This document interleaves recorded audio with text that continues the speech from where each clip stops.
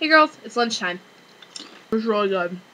Buddha, Brenda, Jessica, Susan, Scarlett, Buddha, papira, papa, scratadadidadada.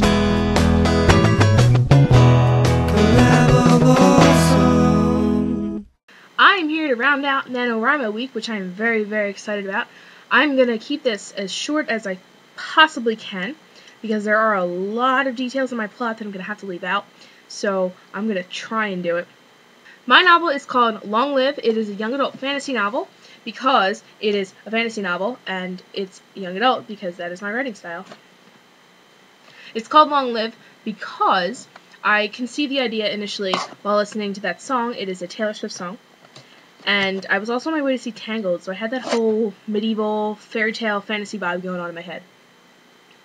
I have two main characters, James, who is a farmhand in a village in this realm, which I have named, but I will not tell you the name of it, lest I change it and you hate me forever. Also, I'm not sure if I want to keep it, so it probably will change. And he has a mother and a sister.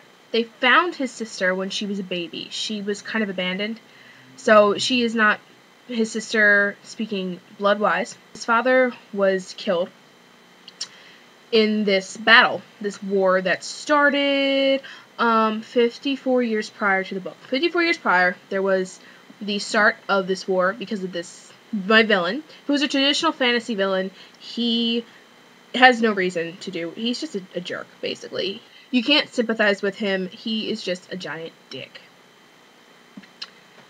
54 years prior, he starts this battle for a lot of reasons against this kingdom.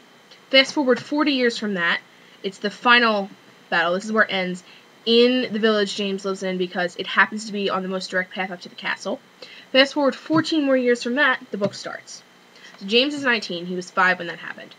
And it opens with the discovery that Princess Rosianna, I wonder where I got that name from, has been kidnapped. I really tried to hit the ground running with this, so it starts initially right into, oh my god, something happened. So he goes kicking and screaming. All the men are required, in the outlying villages, are required to go for training because they do not have the manpower just with knights to take on this villain. And he doesn't really want to do it. He couldn't care less about the princess. He doesn't necessarily want her to die or anything, but he doesn't want to risk his own life to save her. He doesn't care that much. Until he finds out who actually did it.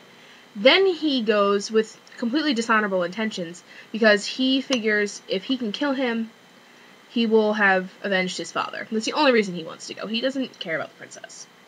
So he goes, a lot of things happen, they find the princess. And a little while after that, it's the end of part 1.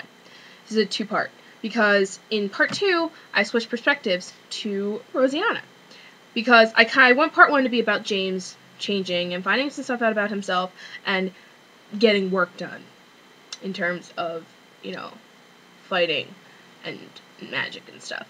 And then part 2 is kind of more about the return to this kingdom, and Rosianna has to find some stuff out about herself, and it basically comes down to she is the only one that can defeat the evil villain. There's nobody else can do it. She has to do it.